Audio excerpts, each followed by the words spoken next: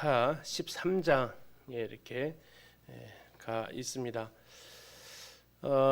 우리가 지난 시간에 살펴보면서 선지서도 한 권 봤었죠. 혹시 봤던 선지서가 어떤 건지 기억나세요? 요엘 하면 뭐가 떠오르세요? 메뚜기. 그리고 또 5글자로 하면 여호와의 날, 이런 부분들. 그래서 1장에서는 메뚜기 떼로 인한 이스라엘에 당했던 고통, 그러나 가까운 미래에 북쪽에서 쳐들어올 가까운 미래에 일어날 그 심판, 더 나아가서 3장에서는 먼 미래에 일어날 하나님의 천년왕국까지 내다보고 있는 요엘서의 모습을 같이 이렇게 보았습니다. 대략 시대적 배경을 나와 있지 않아서 언제 기록되었느냐를 다 정확히 알 수는 없지만 아달랴에 의해서 남유다의 우상 숭배가 만연하고 이런 과정 속에서 그들에게 돌이킬 것을 요구하시는, 회개할 것을 요구하시는 그 모습들을 우리가 같이 이렇게 보았습니다. 그래서 지난 시간에는 예후에 의해서 남북의 두 왕, 북쪽에 누구죠? 북쪽에 죽었던 왕이 여호람, 남쪽에 아하시아. 이게 이제 여호람, 아하시아 이 왕들이요. 나중에 또 이제 요아스가 또 나오는데 북쪽과 남쪽 이름이 겹치니까 이게 사람을 헷갈리게 해요.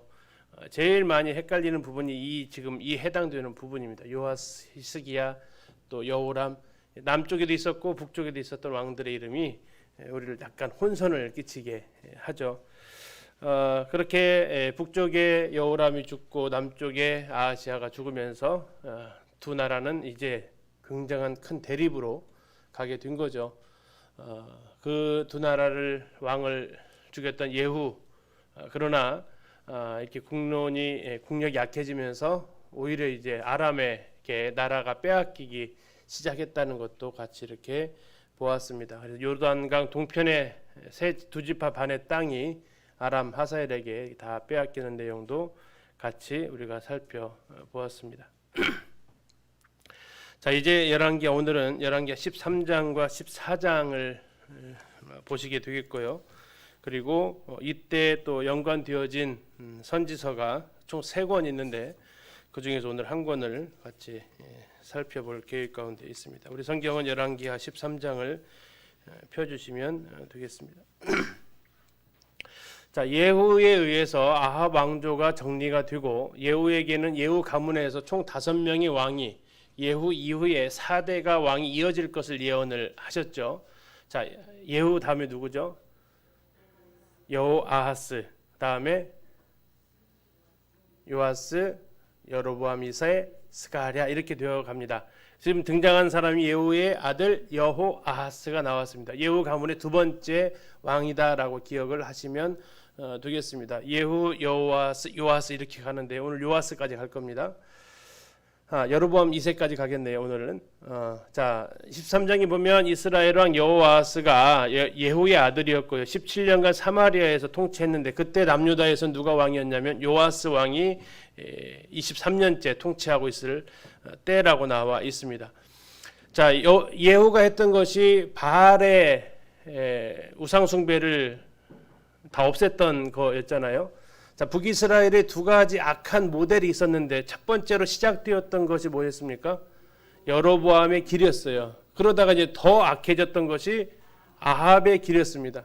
예후에 의해서 뭐가 해결이 됐어요?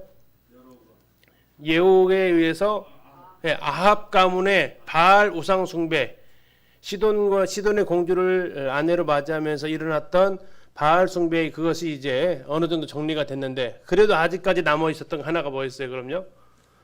그렇죠. 그 여로보암의 길은 여전히 남아 있었고 이 예후의 아들들도 이 여로보암의 죄를 떠나지 않고 그 가운데 계속해서 행했다라고 나와 있습니다. 자, 그러니까 하나님께서는 이들이 정신을 못 차리는 모습을 책망을 하시면서 아람 왕을 들어서 다시 이 북이스라엘을 압박을 하게 됩니다. 등장하는 사람이 누구냐면 지금 13장 펴셨죠. 13장 3절을 보시면요.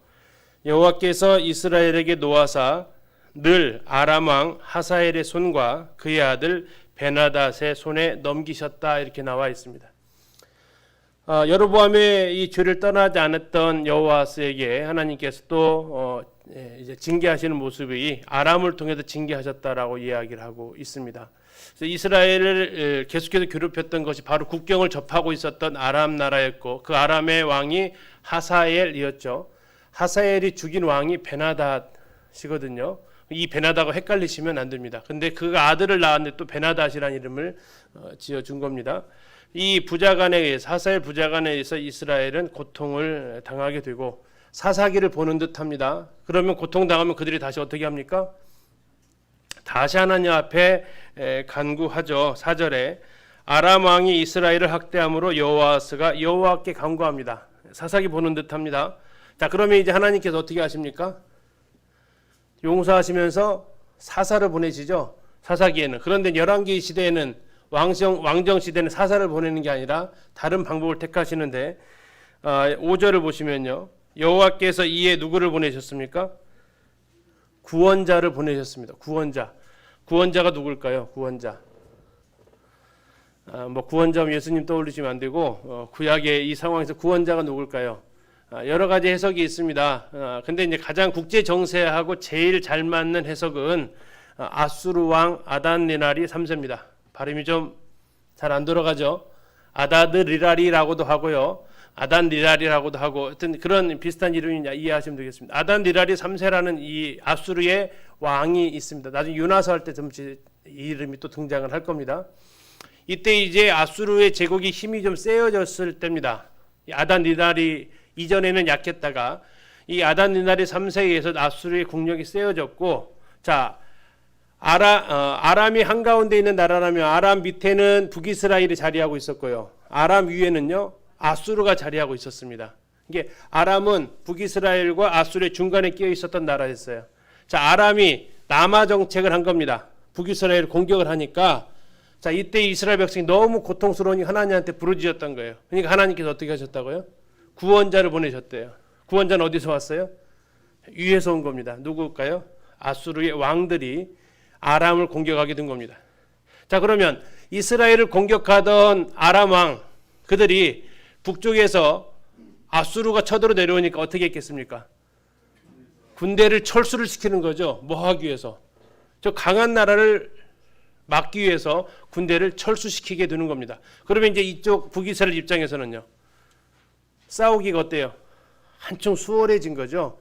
그러면서 이제 숨통을 돌리게 되어졌는데 그러면서 지금 13장 5절에서 표현한 것이 여호와께서 이에 구원자를 이스라엘에게 주심에 이스라엘 자손이 아람 사람의 손에서 벗어나 전과 같이 자기 장막에 거하였다. 이게 자기가 잘해서 한 것이 아니고요. 힘들다고 하나님 앞에 부르짖으니까 정말 저 관계도 없는 아수르의 왕이 쳐들어와서 아람을 쳐들어와서 아람군이 철수하는 그래서 이제 숨통을 좀 틔어졌다라는 겁니다. 자, 숨통이 좀 틔어지면 어떻게 해야 됩니까? 하나님에게 감사해야 될 거 아닙니까? 6절 보십시오. 그들이 뭐 했다고 했어요? 이스라엘에게 범죄하게 한 여로보암 집의 죄에서 또 떠나지 않습니다. 자, 그렇게 하니까 이제 하나님이 또 한 번 그들을 7절에 보시고 또 한 번 책망을 하시는데 어떻게 하시냐면 이번에는 더 강하게 되어졌습니다. 아람 왕이 여호와스의 백성을 뭐 했다고 했어요? 멸절했다라고 나와 있어요. 멸절했다. 어느 정도로 멸절했냐면요. 타작마당이 티끌같이 했다. 타작마당이 티끌을 어떻게 되죠? 한번 이렇게 키로 이렇게 까불어 보셨나요? 그러면 그 티끌이 바람 한번 불면 어떻게 돼요? 사방으로 막 흩날리는 거죠. 그게 이스라엘 백성의 처지가 되었다라는 얘기입니다. 그래가지고 남아있는 군사를 다 세워봤더니 마병이 50명. 이게 한 나라의 군대입니다. 한 나라의 군대가 말 타는 마병이 50명, 병거는요 10대, 보병 10,000명 이거밖에 안 넘었다는 얘기예요. 자, 북이스라엘의 여호와스 때의 국력이 지금 어느 상태인지를 좀 확인하시라는 얘기입니다. 나중에는 이제 이게 급격하게 회복되니까 그래요. 여호와스 때 국력이 아람에 의해서 급격하게 지금 쇠해 가고 있다라는 것을 기억하시면 되겠습니다. 그렇게 하고 여호와스는 이제 죽게 됩니다.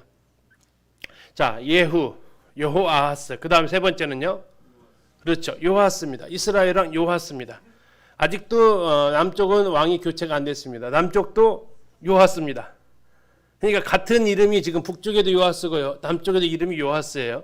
그러다 보니까 이제 누구의 아들 이렇게 이름으로 바꾸는 거죠.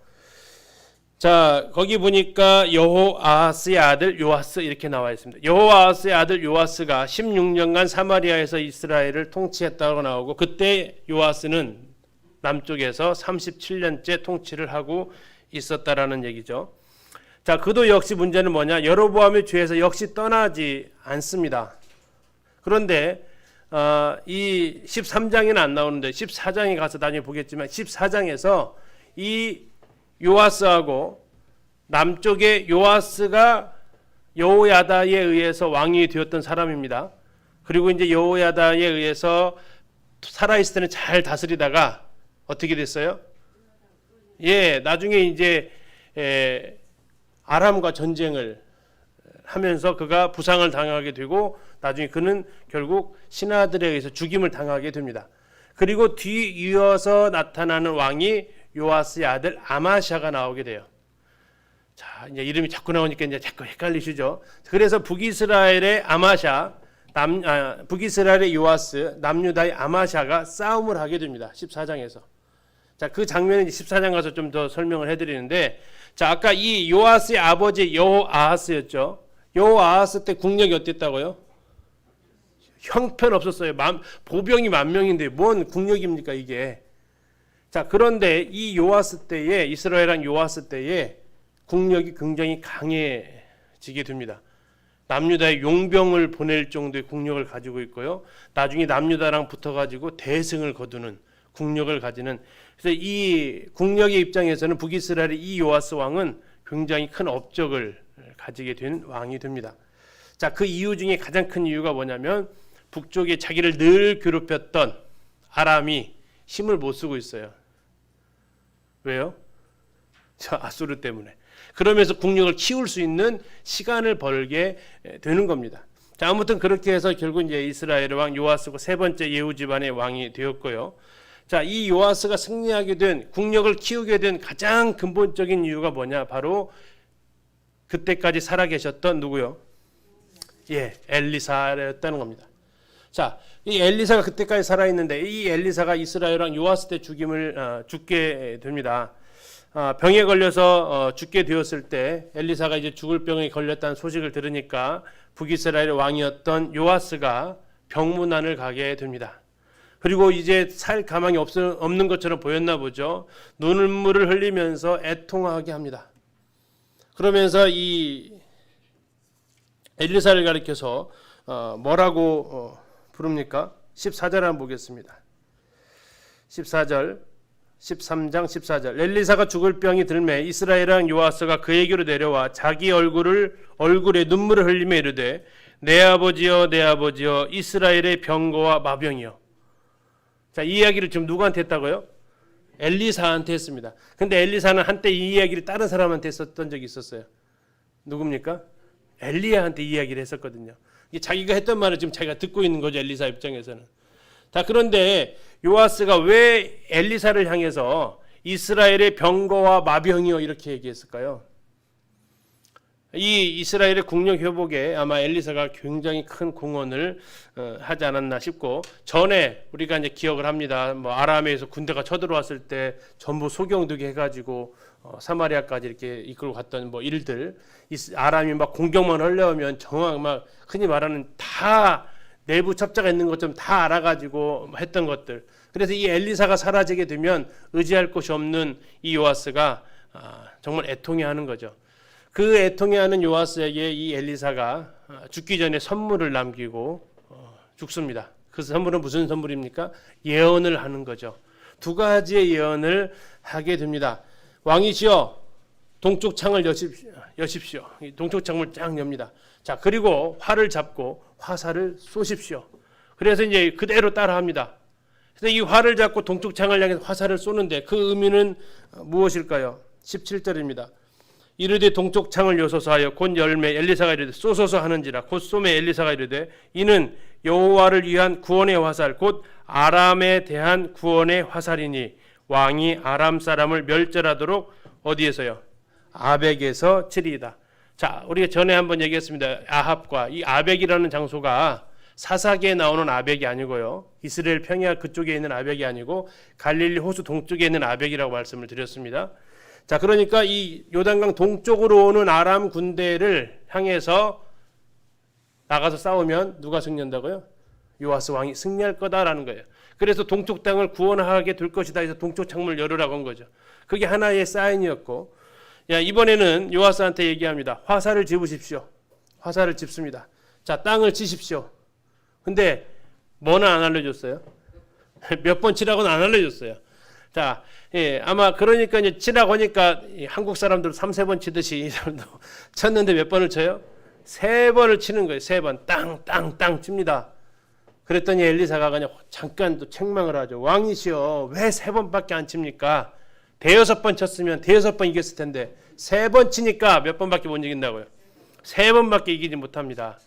그러면서 이제 진작 말해주지. 진작 말했으면 10번을 쳤을 텐데 그거 얘기 안 해주고 또 나중에 혼내는 아마 그 원망을 했을지는 모르겠는데, 아무튼 결국 이렇게 해서 3번에 걸친 아람과의 길르앗 동편, 요단강 동편에서 그 싸움에서 누가 이겼다고요? 예, 요아스가 이기는 겁니다. 다시 말하면 국력이 다시 이제 회복되어져 가고 있다라는 것을 느낌을 잡으셔야 된다는 겁니다. 예후 때 하사엘이 쳐들어오면서 갈릴리 쪽에 쳐들어오면서 하사엘 앞에 무릎 꿇었던 거 흑색 방첨탑에서 보셨죠? 예후 왕이 살만에서 3사 앞에 무릎 꿇었다라는 것이 비석으로 남아 있었다고 했잖아요. 자, 그때 한번 수모를 당했는데 이건 요단강 서쪽 그쪽입니다. 갈멜산 그쪽으로. 그 아들 여호아스 때는 또 아람 쳐들어와 가지고 이제 군사가 정말 숟가락으로 셀 정도로 남았는 그 나라에서 이 요아스 왕 때에 아람과의 전쟁에서 3번에 걸친 전쟁에서 크게 승리하면서 북이스라엘의 국력이 다시 회복하게 됩니다. 자, 이런 유언을 남기고 엘리사가 이렇게 돌아가시게 되죠. 그리고 장사를 잘 지냅니다. 그러고 나서 얼마 후에 이 엘리사가 묻혔던 그 지역에 모압에서 도적대들이 쳐들어옵니다. 도적대들이 쳐들어오는데 마침 그날 장례식을 치르고 있었던 것 같습니다. 근데 장례식을 치러야 되는데 도적대가 막 쳐들어오니까 이 장례식을 치르던 사람이 자칫 자기가 장례식 대상자가 될 것 같으니까 어떻게 합니까? 이 시체를 제대로 장사를 지내는 게 아니라 시체를 버려버리고 도망간 거예요. 시체를 버려버리고. 이게 지금 가족묘도 아닌 것 같아요. 엘리사 가족묘도 아니고 그냥 시체를 버려두고 나도 죽게 생겼으니까 막 도망갔는데 마침 버린 곳이 어디라고요? 엘리사가 묻혀있던 엘리사의 뼈가 있는 그곳에 이제 버려둔 겁니다. 그러니까 이 시체가 뼈에 딱 닿는 순간 무슨 일이 벌어져요? 살아나는 겁니다. 살아나요. 이 엘리사의 뼈하고 이 죽은 시체하고 몸이 딱 닿는 그 순간에 이 사람이 살아나는 겁니다. 이 사람들이 버리고 도망갔기 망정이니 안 버리고 도망갔으면 되게 놀랐을 거예요. 아마 놀래서 죽었을 거예요. 살아나는데 우리 엘리사는 누구의 상징이라고 계속해서 아까 기적을 볼 때 보셨죠? 예수님의 상징이라고 보셨잖아요. 막 그 떡으로도 뭐 중력이 법칙 이런 여러 가지 했는데 지금 이것은 뭘 보여주고 있는 것 같아요? 부활하시는 주님의 그 모습을 지금 보여주는 거, 살아나는 모습을 보여주게 되죠. 엘리사 그 이후에까지. 자, 이렇게 하면서 이제 또 하나의 사건이 기록이 되어져 있습니다. 자, 그리고 22절부터 25절까지는 여호아하스 왕의 시대에 이렇게 나와 있습니다. 자, 13장 22절 보시겠습니다. 13장 22절. 여호아하스 아까 돌아가셨죠, 그렇죠? 근데 지금 다시 이름이 나왔다는 얘기입니다. 자, 이때 아람 왕 하사엘이 이스라엘을 학대했어요.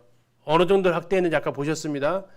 보병 얼마 남고 병거 얼마 남고 이런 거 보셨어요. 그 정도로 학대를 했단 말이에요. 자, 그렇게 학대를 하는데 조금 더 놔두면 어떻게 됐을 것 같으세요?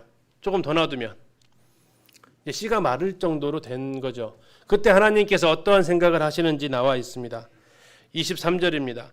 여호와께서 아브라함과 이삭과 야곱과 더불어 세우신 언약 때문에 그냥 놔두면 아까 여호와스 때 그냥 놔두면 이스라엘이 이제 완전 패망하게 된다라는 거죠.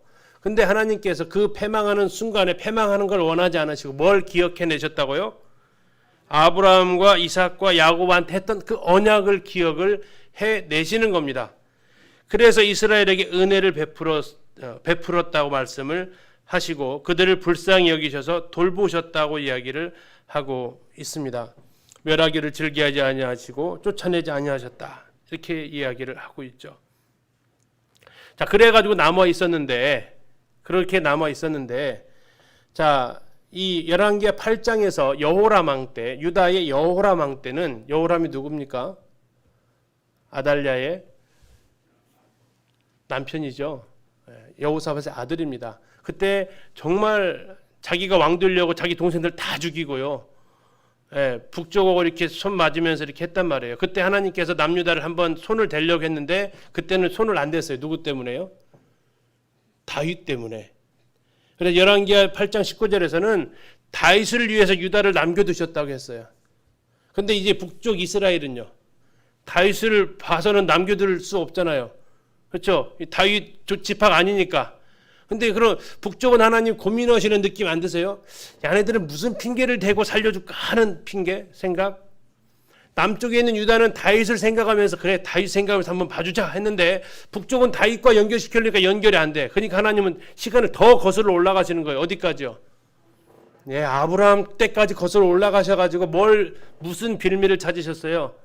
용서해줄 은혜를 베풀어줄 빌미를 찾으시는 겁니다. 아, 그래 내가 아브라함한테 베풀었던 이삭과 야곱에 했던 그 언약이 있었지. 그 언약 때문에 지금 살려주는 거예요. 지금 이건 하나님께서 북이스라엘이나 남유다나 심판하기를 원하셨던 게 아니고 어떻게 하면 정신 차리게 할까. 그러다가 좀 완전히 멸망할 것 같으면 그 언약들을 다시 하나님이 추억을 해내신다니까요.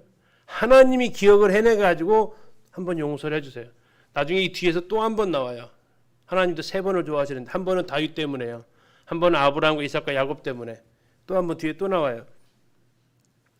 결국 하나님께서 이제 이 요아스를 들어서 아람에게서 회복을 시키시는데 엘리야가 말했던 대로 몇 번 얘기하게 하셨다고요? 3번. 25절 끝에 보면은 25절 끝부분에 요아스가 베나닷을 몇 번 쳐서 3번 쳐서 무찌르고 이스라엘 성읍들을 회복하였다. 회복하였다는 게 뭡니까? 다시 찾아왔다라는 겁니다. 빼앗겼던 것을 다시 찾아왔다. 왜? 전쟁에서 이겼으니까요. 자, 이렇게 하면서 이제 하나님께서 이스라엘을 은혜 베푸시는 모습이 아직 13장에 나옵니다. 자, 14장으로 들어가면 이제 남유다로 카메라가 다시 올라갑니다. 지금 13장은 전부 다 북이스라엘에 카메라가 있었어요. 이제 한편 남유다에서는 하면서 카메라가 이제 남쪽으로 가는 겁니다. 이렇게 왔다 갔다 하냐 이렇게 불평하지 마시고 원래 드라마 보시면 왔다 갔다 해요.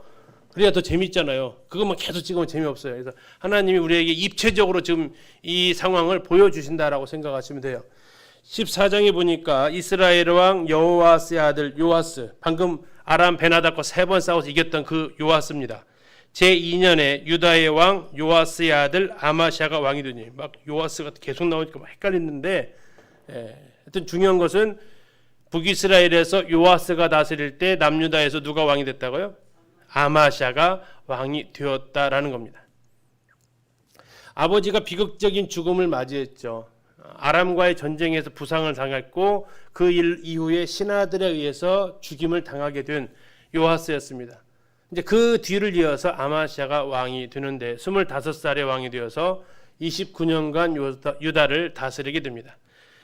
자, 그에 대한 평가를 성경에서는 딱 한마디로 합니다. 3절입니다. 아마샤가 여호와 보시기에 어떻게 했다고요? 정직히 행하였으나 그의 조상 다윗과는 같지 아니하였으며, 다윗에게는 미치지 못했다라고 얘기합니다. 그 다음에요, 그의 아버지 요아스가 행한 대로 다 행하였어도 오직 산당은 제거하지 않았다. 이게 남유다의 가장 큰 골칫거리죠. 그러니까 기억하시면 돼요. 북이스라엘에서 제일 골칫거리는 뭐예요? 5자네요. 아니, 여로보암의 길. 남유다의 가장 큰 골칫거리 2글자는요. 남유다. 남유다의 골칫거리 2가지. 2글자로 산당.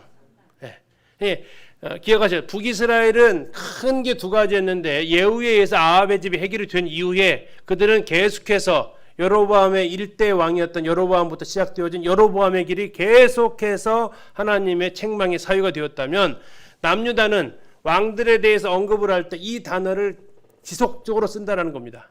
뭘 써요? 산당을 썼다는 얘기예요. 근데 그 산당하고 여로보암의 길하고 공통점이 뭘까요? 산당은요, 동일합니다. 비슷하게 합니다. 마음대로 하는 겁니다. 하나님께서는 신명기에서 너희들이 가나안 땅에 들어가면 어떻게 하나님 앞에 예배드리겠습니까? 아무 데서나 하라겠어요?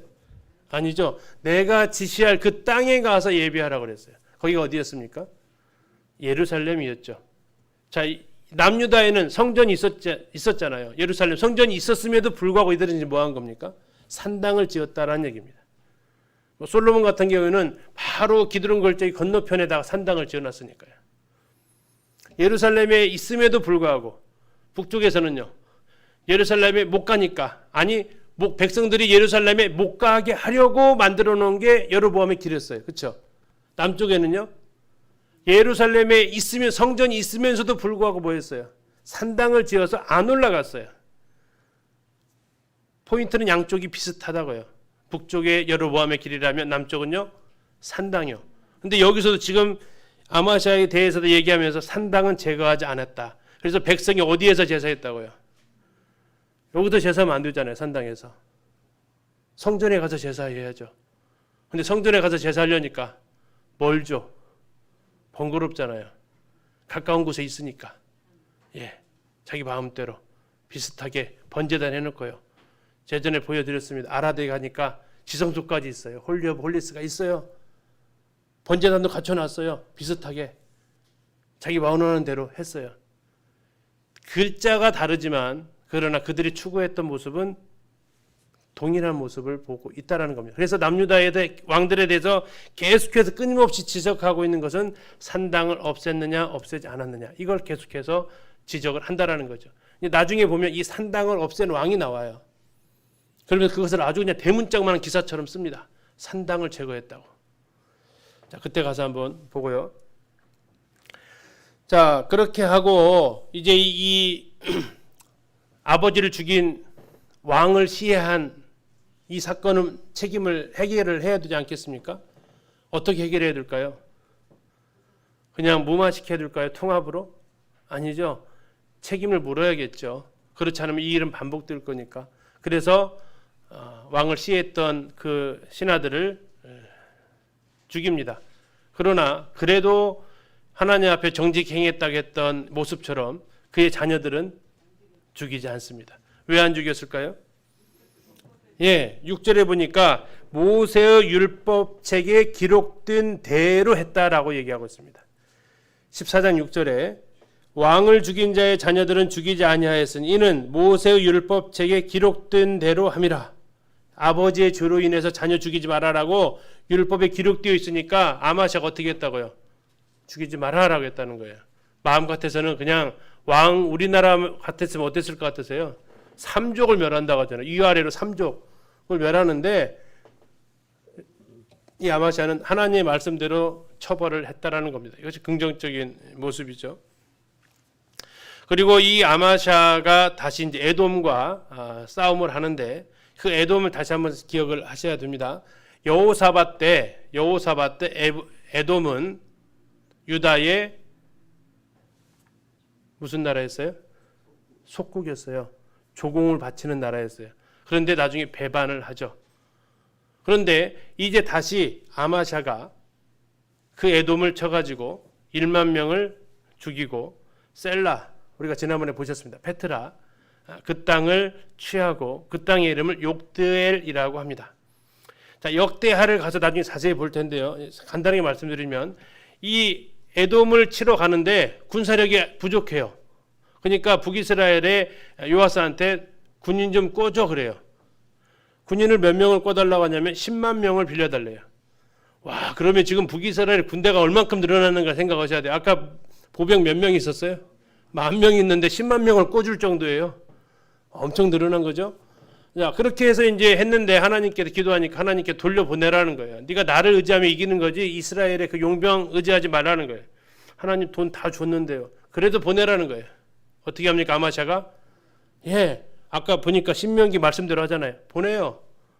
보내니까 이 용병들은 물론 월급을 받고도 오지만 전쟁에 참가하는 것은 월급 때문에 오는 게 아닙니다. 뭐 때문에 오죠? 전리품 때문에 온단 말이에요. 근데 전리품 얻을 기회를 잃어버린 거예요. 그러니까 올라가면서 이제 유다를 갖다가 이제 이 노략질을 하고 올라간 거예요.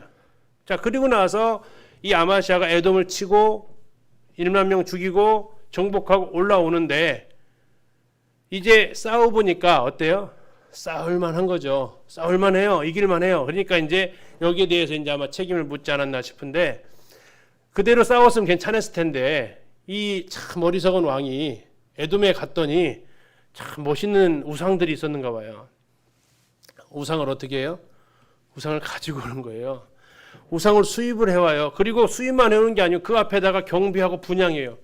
에돔도 못 지켜주는 그 신한테 그 신을 수입해가지고 패전국의 신을 수입해와서 그 앞에 경배하고 있는 거예요.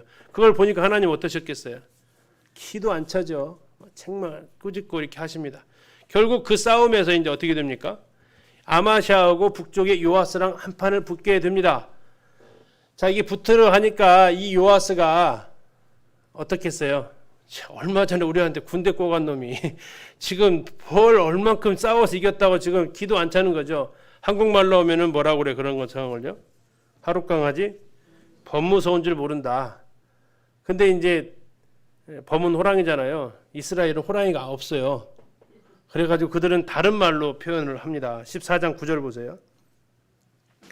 이스라엘의 왕 요아스가 유다의 왕 아마샤에게 사람을 보내 이르되 레바논 가시나무가 레바논 백향목에게 전가를 보내어 이르기를 네 딸을 내 아들에게 주어 아내로 삼게 하라 하였더니 자 레바논 가시나무가 레바논 백향목한테 말했대요. 레바논 가시나무가 누굴까요? 아마샤예요. 볼품없는 것들이 레바논 백향목에게 백향목 굉장한 나무잖아요. 그 우람한 나무에게 뭐 한다고요?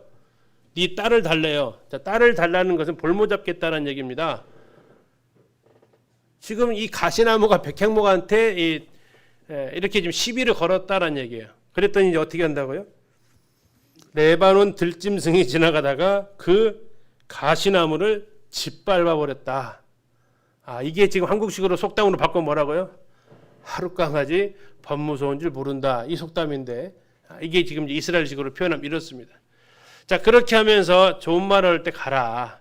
좋은 말을 할 때 가라.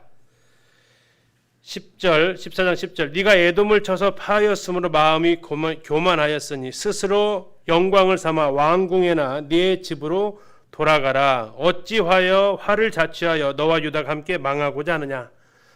자, 그러니까 이제 아마샤가 어떻게 했어요? 아이고 잘못했습니다라고 할까요? 지금 에돔 쳐서 승리했는데요. 예, 막 승리감에 도취해가지고 지금 아주 우쭐대는데요. 뭐 그냥 아마 이제 한마디 했겠죠. 뭐 갑옷을 벗은 자 입은 자가 갑옷 벗는 자처럼 말하지 말라. 이 말은 안 나오는데 그런 식으로 한번 싸워보자. 싸워보지도 않고 어떻게 할 수 있느냐고 한번 붙게 됩니다. 결과는 어떻게 됩니까? 완전한 패배를 당하게 됩니다.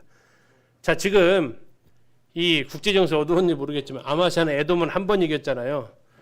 북이스라엘 요아스는 아람을 몇 번 이겼다 그랬지 아까? 3번 이겼어요. 자, 에돔이 세요.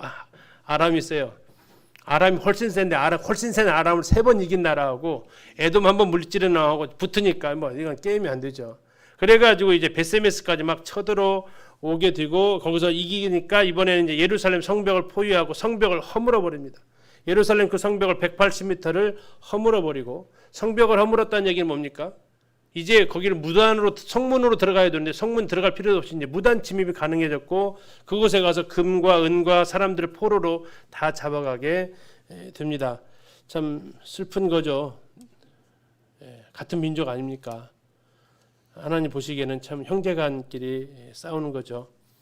자, 그런데 그래서 이 사건이 13장에도 한번 잠깐 기록되어 있는데 14장에서 또 한 번 이 사람의 이름이 등장합니다. 15절 보세요. 14장 15절. 요아스의 남은 사적과 그의 업적과 지금 이 요아스는 누구냐면 북이스라엘 왕이에요.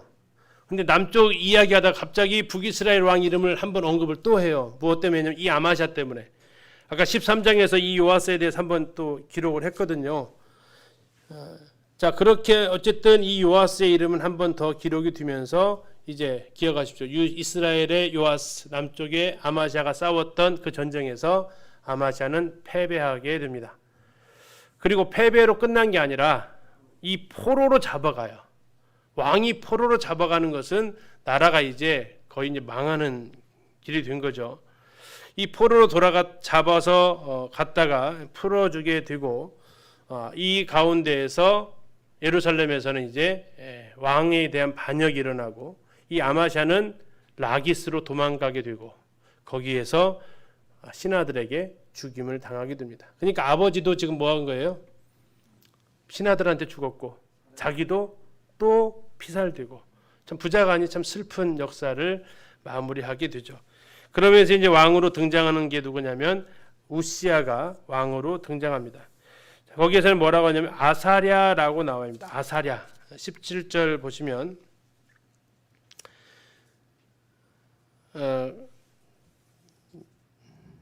이스라엘 왕 여호아스 아들 요아스가 죽은 후에도 유다의 왕 요아스의 아들 아마시아가 15년을 생존했고 그래서 다음에 라기스에도 죽었고 나오고요. 21절에 보시면 유다 온 백성이 아사랴를 그의 아버지 아마시아를 대신해 왕으로 삼았다는데 이 아사랴를 다른 말로 뭐라고요? 우시야라고요. 우시야. 그래서 이제 같은 이름인데 다르게 부릅니다. 이 아사랴는 우시야다라고 생각하시면 되겠습니다. 자, 이제 중요한 단어가 나오는데 22절을 보셔야 돼요. 아마샤가 그의 조상들과 함께 잔 후에 아사랴가 우시야입니다. 아사랴가 어디를 건축했다고요? 엘랏이 어디입니까? 엘랏. 예, 여기 가면요 스킨스쿠버들의 천국이 엘랏입니다. 요즘으로 말하면 에일랏이라고 부릅니다. 홍해입니다. 홍해. 예, 지금의 요르단과 이스라엘 국경선이 맞닿아져 있는 그쪽 지역인데요. 여기가 전에 솔로몬이 이 에일랏을 에시온게벨 에일랏을 통해 정복해서 이 바다 물건을 들여올 수 있었던 곳이고요. 여호사밧이 이 에일랏에다가 배를 건조했다가 북쪽과 연합해서 하나님께서 거기 있는 배를 파손시켰던 데가 바로 이 에일랏인데 그 뒤로는 빼앗겼던 땅이에요. 그런데 우시야가 다시 에일랏을 뭐 했다고요? 복귀시켰다고요. 유다에 복귀시켰다. 다시 말하면 그 땅이 에일랏 땅이 이제 누구의 소유가 됐다는 얘기예요? 예, 남유다의 땅이 됐다는 겁니다. 이거 잘 기억하셔야 돼요. 자, 이 에일랏을 땅으로 차지했던 왕이 처음에 땅으로 차지했던 왕이 누구라고요? 솔로몬이라고요. 솔로몬. 자, 이거 기억하시고 다음에 이제 23절 가서 보시면 드디어 북쪽도 왕이 바뀌는데요. 누구로 바뀝니까? 여로보암 2세로 바뀝니다. 여로보암 2세. 자, 드디어 남쪽의 우시야, 북쪽의 여로보암 2세. 이건요. 이스라엘에서 분열왕국에서 가장 강력했던 나라의 모습입니다. 자, 이 여로보암 2세가 북이스라엘의 예후의 몇 번째 왕이에요? 예후, 요아스, 여로보암 2세 네 번째 왕입니다. 네 번째 왕. 몇 년간 통치해요? 41년간 통치해요. 자, 북이스라엘의 최고 전성기입니다. 이때만한 때가 없었습니다. 정말 잘 나갔던 때입니다. 자, 41년간 한 왕이 통치하는데 이 여로보암 2세가 죽은 이후에요. 30년 만에 나라가 망해요. 이해가세요? 그런데 한 사람이 41년간 통치하잖아요. 41년간 통치하는데 국력이 엄청나게 셉니다. 자, 남쪽에는 이때 누구라고요? 우시야가 통치를 하는 때입니다. 그러면 우시야도 남유다에서 몇 년간 왕이 됩니까? 52년간 통치해요. 여로보암 2세는 41년 동안 북쪽 왕으로, 다음에 이제 우리 15장에 보게 되면 이 우시야는 52년간 남유다의 왕으로. 이게 통치 기간이 길었다는 얘기는 그만큼 번성했다라는 거고요. 나중에 이사야서를 보게 될 테지만 이사야서 6장에서 우시야가 죽던 해에 이사야가 하나님께 소명을 받습니다. 그것은 정말 강력했던 왕이 죽었다는 얘기입니다. 그 나라의 어떤 거예요? 슬픔이란 얘기예요. 여로보암 2세는 북쪽에서 그 이 두 사람이 동시대를 살았다는 얘기입니다. 자, 아무튼 이걸 좀 기억하시면서 이따 좀 말씀 더 드릴게요. 자, 문제는 뭡니까? 굉장히 국력이 강했던 나라고 국력이 강했다는 얘기는 정복전쟁에서 전리품들을 많이 가져왔기 때문에 경제적으로도 굉장히 부했다는 나라라는 거예요. 그런데 하나님의 관심은 거기에 있지 않아요. 뭐라고 말씀하십니까? 여로보암에 대해서 평하시기를 24절에서 여호와 보시기에 악을 행하여 이스라엘에게 범죄하게 한 느바세 아들 여로보암의 모든 죄에서 떠나지 아니하였더라. 흔히 말하는 대로 정말 지긋지긋한 거죠. 이거 여로보암의 길. 자, 그러면서 이제 하나님께서 아까 말씀드렸죠. 유다가 잘못했을 때 하나님 뭐 하셨다고 했어요? 다윗을 떠올렸다고 그랬죠. 북이스라엘 잘못하니까요. 아브라함, 이삭, 야곱을 떠올리신 거예요. 더 올라가면 떠올릴 사람 없잖아요. 그렇죠? 근데 이제 하나님께서 북이스라엘에 대해서 한 번 더 은혜를 베푸시는 장면 25절에 나옵니다. 자, 25절 보시면 이스라엘의 하나님 여호와께서 그의 종 가드 헤벨 아미떼의 아들 선지자 누구요? 요나. 나오죠. 요나. 우리 요나서 이제 볼 거예요. 2교시에 두 번째 시간에 이 요나를 통해서 예언을 하십니다. 무슨 예언을 하냐면 여로보암이 이스라엘 영토를 뭐 한다고요? 회복한다라는 겁니다. 이스라엘 영토를 회복한대요. 여로보암이 어디까지요? 하맛 어귀에서부터. 하맛이 어디냐면 이따 볼 거예요. 저 북쪽입니다. 북쪽의 끝이에요. 누가 다스렸던 곳일까요? 하맛은? 아까 오시아 생각하시면 답을 유추하셔야 돼요. 오시아가 엘랏을 건축했다고 했죠? 누가 통치했던 곳이라고 그랬죠? 엘랏을 누가 제일 처음에 통치했다고 그랬죠? 솔로몬이 났다고 했죠? 저 북쪽으로 하맛입니다. 하맛을 누가 통치했을까요?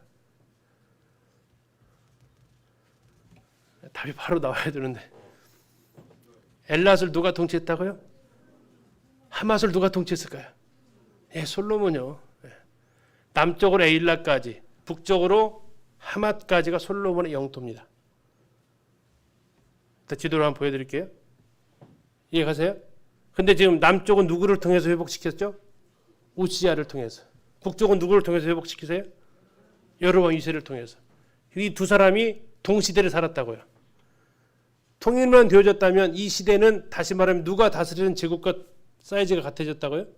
솔로몬 통일한 때 가장 강력한, 가장 넓은 영토를 차지했던 그 시대와 동일해졌다고요. 자, 이따 지도를 통해서 잠시 확인 한번 해드리고요. 자, 그렇게 해서 하맛 어귀에서부터 그 다음에 어디까지요? 아라바 바다까지. 아라바가 어디예요? 아라바? 지금의 우리가 많이 불려지는 여매입니다. 여매. 사해. 아라바해. 동해. 같은 말이에요. 성경에는 사해라는 말은 나오지 않습니다. 세 가지가 나옵니다. 염해. 왜냐하면 거기 물의 성분 때문에 붙여진 이름입니다. 짜가지고. 두 번째 동해. 예루살렘 동쪽에 있으니까 동해라는 말이 붙여집니다. 다음에 거기가 광야가 아라바 광야가 있어요. 그래서 아라바 해가 붙습니다. 이 세 가지 이름이 동일한 바다를 지칭하는 말이에요. 다시 말하면 왜 아라바까지일까요? 그 밑으로 더 나가면 유다 땅이니까. 북쪽 땅의 최북단은 하맛, 북쪽 이스라엘의 최남단은 어디까지 내려왔다고요? 아라바까지, 사해까지 내려왔다는 얘기예요. 그리고 그 밑으로는 이제 남유다 땅이니까. 자, 그렇게 하면서 이렇게 영토를 회복을 해주겠다고 합니다. 26절 보시죠. 이유가 나와 있어요. 26절에. 이는 여호와께서 이스라엘의 고난이 뭐했다고요? 심했다. 매인자도 없고 노인자도 없고 이스라엘을 도울 자도 없음을 보셨고 여호와께서 또 이스라엘의 이름을 천하에서 없이 하겠다고도 아니하셨으므로 요아스의 아들 여로보암의 손으로 구원하심이었더라. 구원한 이유가 뭐예요? 구원한 이유가 뭐라고 나와 있냐고요? 두 가지예요. 하나는 나 아니면 구원을 도와줄 수 없구나. 저 불쌍한 것들 나 아니면 도와줄 사람이 하나도 없구나. 이해가십니까? 26절에 이렇게 나와잖아요. 이스라엘을 도울 자도 없다. 나 아니면 도울 사람 없으니까 도와준 거예요. 또 하나는요. 27절. 맞아. 내가 이스라엘 뭐 하겠다고 말도 안 했다고요? 천하에서 그 이름 없애겠다고 나 말한 적 없어. 이제 뭐 다윗이나 아브라함, 이삭, 야곱을 꺼내는 게 아니라 하나님까지 올라가요. 하나님까지. 첫째 이유, 나 아니면 너희들은 도와줄 사람 없으니까 내가 너 도와줄게. 또 하나는요. 그래 내가 너희들 언제 뭐 다 없앤다고 한 적 있냐? 내가 그 말에 책임질 일도 없으니까 내가 너 도와줄게. 이게 이스라엘에게 하나님께서 은혜를 베푸시는 겁니다. 이 세 장면을 쭉 보게 되면 하나님의 성품을 우리가 볼 수 있어요. 그래서 하나님께서 선지자들을 계속해서 보내시는 겁니다. 돌아오라고. 자, 국경을 이렇게 넓히게 됩니다. 그 일은 중요하기 때문에 28절에서 한 번 더 얘기합니다. 여로보암의 남은 사적과 모든 행한 일과 쌓은 업적과 뭘 회복했다고요? 다메섹입니다. 이건 아람 땅입니다. 아람의 다마스커스를 회복하고 그 이전에 유다에게 속하였던 솔로몬에게 속하였던 어디를요? 하맛을 이스라엘에게 돌릴 일은 이스라엘 왕 역대지략에 기록되지 아니하였느냐. 자, 우리 교재는 없는데 제가 이제 좀 추가를 했습니다. 지금 이게 화면에 보이시는데 이게요. 뭐냐면 여로보암 2세가 정복한 땅의 넓이입니다. 자, 아까 이쪽 동쪽을 다 여로보암의 제일 조상인 예후 때요. 예후 때는 여기까지 먹혔어요. 여기까지 갈멜산 여기까지 요단 서쪽도. 여호와스 때는요 이거 다 먹혔어요. 자, 여기까지 예후 때 여기 먹혔어요. 여호와스 때 여기 다 먹혔어요. 이 아람 땅 됐어요. 그러다가 요아스 때 여기 찾았어요. 요아스 때. 3번 이겨가지고. 그리고 이제 여로보암 2세 때 이 땅까지 다 차지했는데 북쪽을 어디까지요? 하마너기까지. 하마너기에서부터 어디까지요? 아라바 바다까지. 여기까지 차지했다는 거예요. 여기까지. 그러니까 이 땅하고 자, 그 다음에 아까 우시아 보셨죠? 우시아는 이렇게 나와 있어요. 아마샤가 그의 조상들과 함께 잔 후에 우시아 아샤랴가 뭐 했다고요? 에일랏. 여기가 에일랏입니다. 여기가 에일랏. 네, 홍해 여기 이렇게 있는데. 그러니까 이 북쪽은 여로보암 2세가 책임지고 땅을 회복했고 이 남쪽은요 아사랴, 우시아가 여기까지 땅을 회복한 거예요. 그리고 이 전체의 넓이가 빨간색 테두리가 누구의 땅이라고요? 솔로몬 땅이라고요. 이 국력만 가지고는 남쪽의 우시아하고 북쪽의 여로보암 2세가 솔로몬 시대 영화를 다시 가져온 겁니다. 근데 문제는 이제 여기에 있다라는 거예요. 이렇게 잘 살면요. 어떻게 돼요? 잘 살면 하나님 앞에 감사해야 하잖아요. 그렇죠? 근데 잘 살면 어떻게 해요? 죄짓기 시작한다는 거예요. 그래서 등장하는 것이 아마샤, 호세아가 등장해요. 여로보암 시대에. 제가 다음 주에 보실 텐데요. 자, 이 가운데에서 이 예언을 북쪽 땅에 이렇게 회복될 것을 예언을 누가 했다고요? 누가 이렇게 북쪽 땅을 회복될 거라고 예언한 사람이 있어요. 누구라고요? 요나가 그러니까 어떻게 돼서 이렇게 회복되었을 때 요나의 명성이 어떻게 했어요? 어떻게 했어요?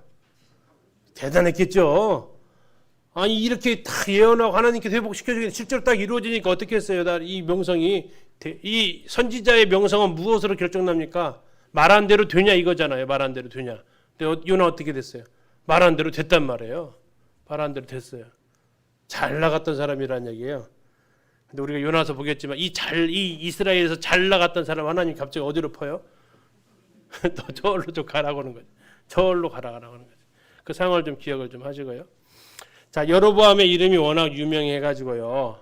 무기또에서 그 사람 인장이 이렇게 발견이 됐습니다. 우리 교재에 나와 있죠. 이스탄불에 있는 고고학 박물관에 이스라엘 건데 터키 땅에 가 있습니다. 이따가 다음에 이번에 다시 이제 록펠러 대단히 부자이죠. 예루살렘에 있는 록펠러 박물관으로 이장을 해서 거기에 지금 가 있습니다. 자, 여기 보면 이제 여로보암의 종 쉐마 인장 이렇게 나와 있는데 바로 여로보암 왕에 관련되어진 인장이 발견되어졌고, 자, 이 여로보암 2세 때에 아까 14장 25절 보셨죠? 14장 25절 다시 한번 보십시오. 14장 25절 이스라엘의 하나님 여호와께서 그의 종 가드 헤벨 아미떼의 아들 선지자 요나를 통하여 하신 말씀과 같이, 그렇죠? 요나가 이때 나왔다고요. 언제? 여로보암 2세 때 이스라엘 땅을 회복, 영토를 회복할 것을 말했고 실제로 그렇게 되었어요. 그런 요나를 이제 하나님께서는 이스라엘의 초대 해외 선교사로 파송을 하시게 됩니다.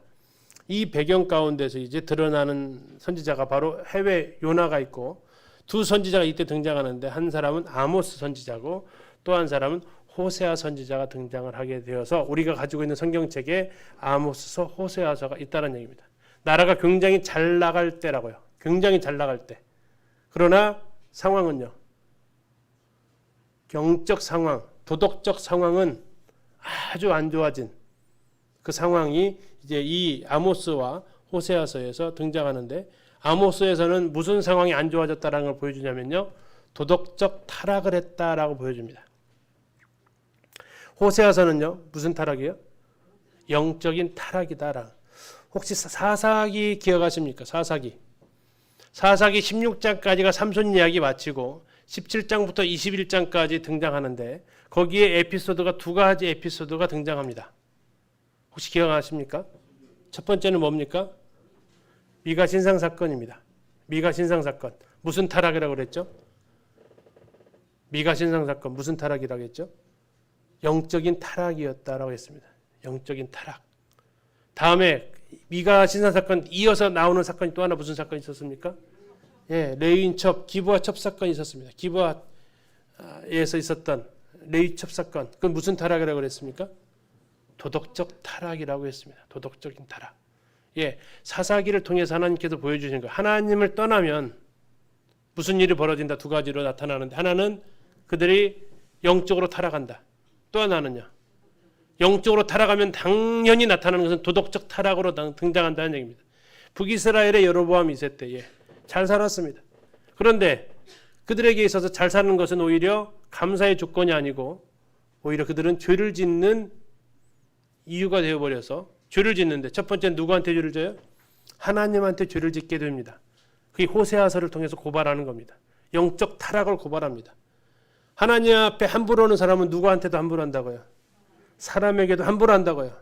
그것을 꼭 지적하고 있는 것이 뭐라고요? 아모스서라고요. 아모스서는 그런 도덕적 타락을 이야기하고 있습니다. 사회적 타락을 이야기하고 있어요.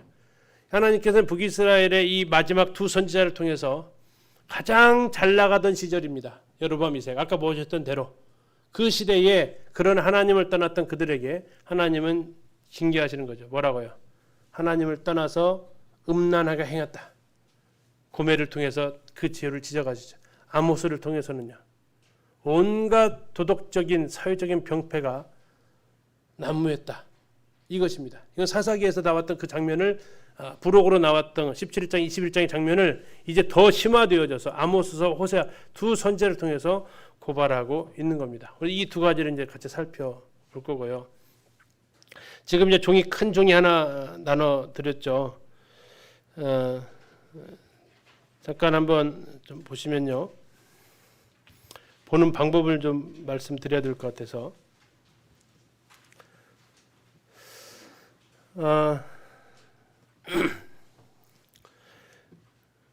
지금 이제 그 위에 있는 그 주황색 계열에 있는 왕은 북이스라엘의 왕들입니다. 그리고 이쪽 청색 계열은 남유다의 왕들이고요.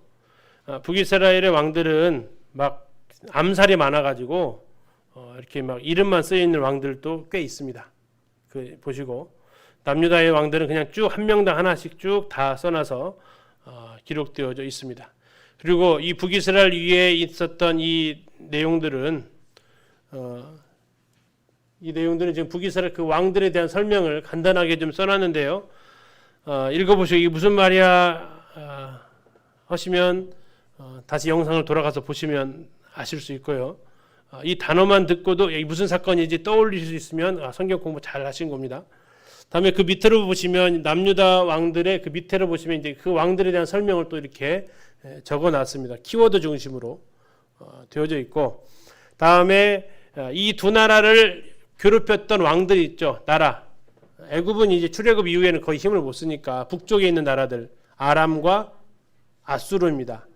아직 이제 바벨론은 거의 유다 제국 마지막에 등장하니까 아람과 아수르가 북이스라엘과 남유다를 계속해서 괴롭혔는데 그 왕들의 이름을 적어놨습니다. 녹색 테두리, 칼라로 뽑아드린 이유가 그렇습니다. 녹색 테두리는요 아람의 왕들입니다.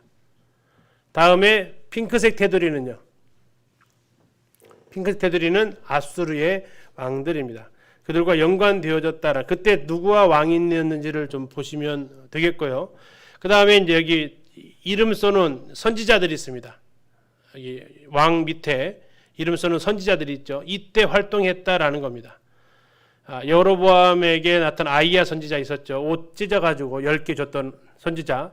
아합 때에 엘리야 선지자 있고, 아합이 죽음을 예언했던 미가야 선지자 있었죠. 이물라의 아들 미가야. 여호람 때, 요람은 여호람입니다. 엘리사 선지자가 있어가지고, 엘리사가 화살표까지가 언제 가냐면 요아스 때까지 간다는, 이것은 이때 죽었다는 얘기입니다. 여호람 때부터 활동해서 요아스 때까지 가서 죽었던, 이것을 화살표로 지금 설명을 해드린 거고요. 다음에 이제 우리가 방금 보셨던 대로 요나 선지자가 여로보암 2세 때 3명의 선지자가 등장하는데 영토 회복을 예언했고, 다음에 아모스, 호세아 선지자는 나라가 망할 때까지 예언자 선지자 역할을 하게 되면서 화살표로 그렇게 쭉 연결을 지었습니다. 이때까지 쭉 활동했다라는 겁니다. 밑에서 선지자도 마찬가지입니다. 이사야, 미가 선지자의 활동들을 쭉 선지자 활동을 했고요. 다음에 이제 우리가 요나서에도 나오겠지만 아수르 왕들이 있습니다. 북이스라엘을 멸망시켰던 제국이 아수르잖아요.